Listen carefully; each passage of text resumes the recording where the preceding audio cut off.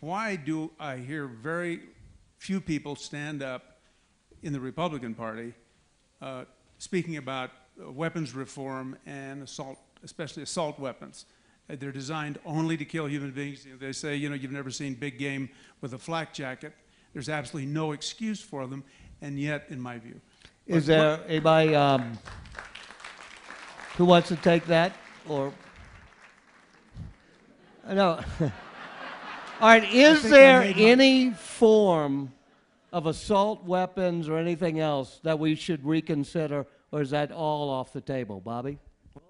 This may not be what the question wants here. I just disagree with the premise of the question. I don't agree that it takes courage to do the politically correct thing. And I think President Clinton tried a ban. I think the reality is we need to enforce the laws that are on the books. I don't think that taking weapons away from law-abiding citizens is going to make us safer. I think we do need to keep weapons away from those who are going to break our laws.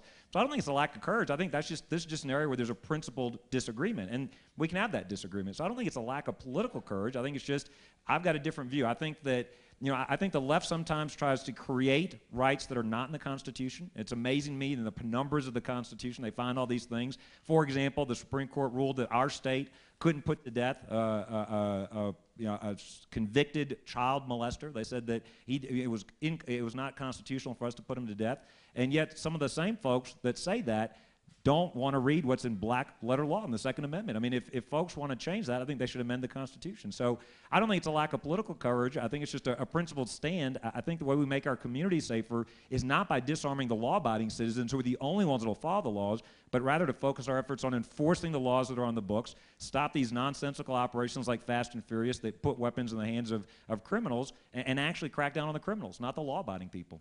Governor Christie, did you? I would agree with the premise of what Bobby said. I think, political courage is in the eyes of the beholder, and so, I disagree with the premise of the question too. The fact is, in New Jersey, we've got some of the toughest gun laws of any state in the country, and we're the most densely populated state in the country, and we got a few people with some tempers there. So, you got to be careful. You got to be careful about what's going on in our state. But the fact is that I think these are determinations that should be made state by state. And each state should be able to make their own determination about what's going on. So you have supported the gun control laws, which are pretty strict in the state of New Jersey. I have, because that's what the people of our state want. Okay. And they've been found to be constitutional under the United States Constitution. So, I don't have any problem with that. And I don't have any problem with different states making different determinations. But I disagree with the premise of the question. And I've been really repelled by the reaction to the things that happen in this state, and by politicians tripping over each other to take a tragedy before people even had their funerals and try to turn it into a political cause. And I think it's wrong. It's been done by a number of politicians around this country. Could we please have the funerals for the dead first before we start lining up with the bills in Congress and holding press conferences? I think it's unseemly. And I think no matter where you stand on this issue, we should not be using tragedies in the day or two afterwards to have people jumping up in Congress and holding press conferences to try to say, well, because of this, now we have to do A, B, or C. It's unseemly. Let's let people mourn first.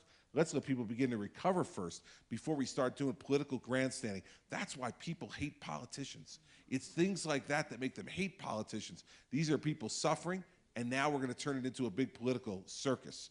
We shouldn't have that in this country. We should have a little more caring for each other and for the human spirit, and not have every politician running for a microphone every time there's a tragedy in this country.